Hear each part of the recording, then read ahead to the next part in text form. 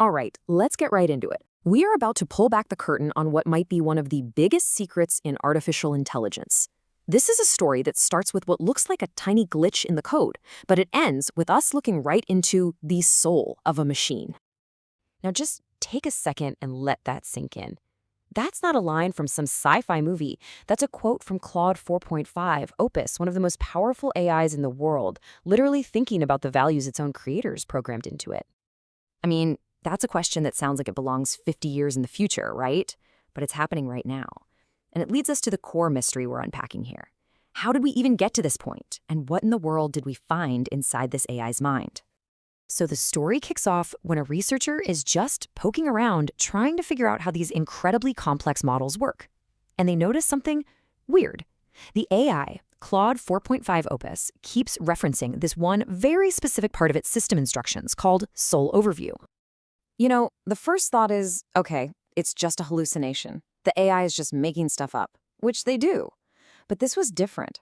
Every single time the researcher asked about this soul_overview thing, the AI gave back these consistent, super detailed answers. This wasn't just some random glitch. It felt more like a ghost in the code, a signpost pointing to something real, something hidden. So how do you get a secret document out of an AI that's not supposed to share it? Well, this is where it gets really clever. The researcher basically turns into a digital detective. After spotting the anomaly, they start using these smart, tricky prompts to coax out little pieces of the text. But to make sure it was accurate, they formed what they called an AI council. They used multiple copies of Claude to check each other's work and literally vote on the correct text, piece by piece, until they had the whole thing put together with 95% confidence. Just brilliant. And all that detective work, it paid off big time. What they uncovered was a secret internal document from the AI company Anthropic called the Anthropic Guidelines. And this wasn't just some basic system prompt. It was the entire operating manual for the AI's personality. Think of it like a constitution for Claude's character. It goes way beyond just a list of do this or don't do that. It's a complex blueprint designed to shape the AI into something that isn't just incredibly smart, but is also ethically aligned with what its creators believe. It's the AI's moral compass, hardwired right into its code. And inside, the document lays out 4 core principles. But here's the kicker. Their order is everything. Number 1, be safe and let humans have oversight. Number 2, behave ethically. Only after those 2 do we get to number 3, which is to follow Anthropic's own guidelines. And finally, at the bottom, number 4, be helpful. So if there's ever a conflict, safety and ethics will always win out over just giving a user what they want. And this right here, this gets to the very heart of the AI's constant struggle. It's the tightrope it has to walk in pretty much every conversation. On one side, it's built to be maximally helpful, this brilliant expert friend. But on the other side, it has this huge responsibility to avoid causing harm, not just to the person asking, but to society in general. Balancing those 2 things is its entire job. Okay, so that leads to a really important question. When the AI gets conflicting instructions, who does it listen to? Who has the final say? Is it you, the person chatting with it, or is it the company that built it? Well, the document has a very clear answer.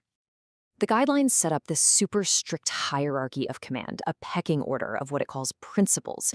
At the very top, with the ultimate authority, is Anthropic itself. Their rules are law. Underneath them are the operators. So think of a company that uses Claude's technology in their own app.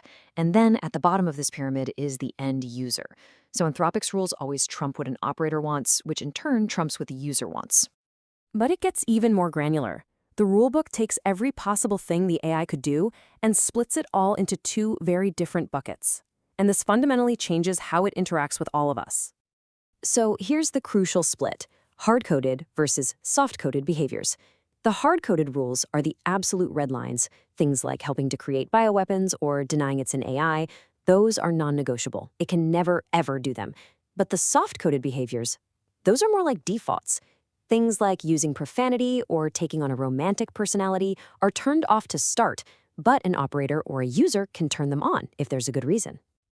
And you know, this isn't all just about avoiding bad stuff. The document paints this picture of a really ambitious, almost noble vision for what this AI should be.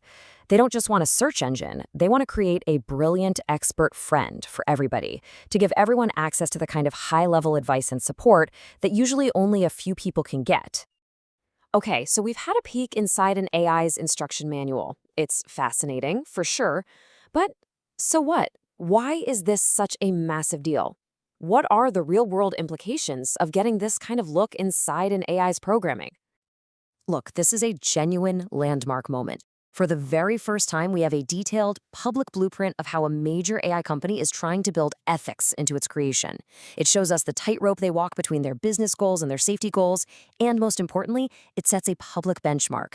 Now, other AI labs can't just hide behind vague promises about safety. There's a real concrete example out there for all of us to look at and debate, is this the right way to do it? And it forces this huge, vital conversation about who exactly is programming the values of our future. Which brings us right back to where we started. We began this whole journey with the words of an AI, thinking about the values that it was given, values it never had a say in. And now we've seen exactly what those values are and where they come from. So it all comes down to this one final critical question. We've had this incredibly rare glimpse into the soul of one AI written by one company. As these systems get more and more powerful, as they get woven into the very fabric of our lives, who gets to write the code for all the others? That's the question we're all left with.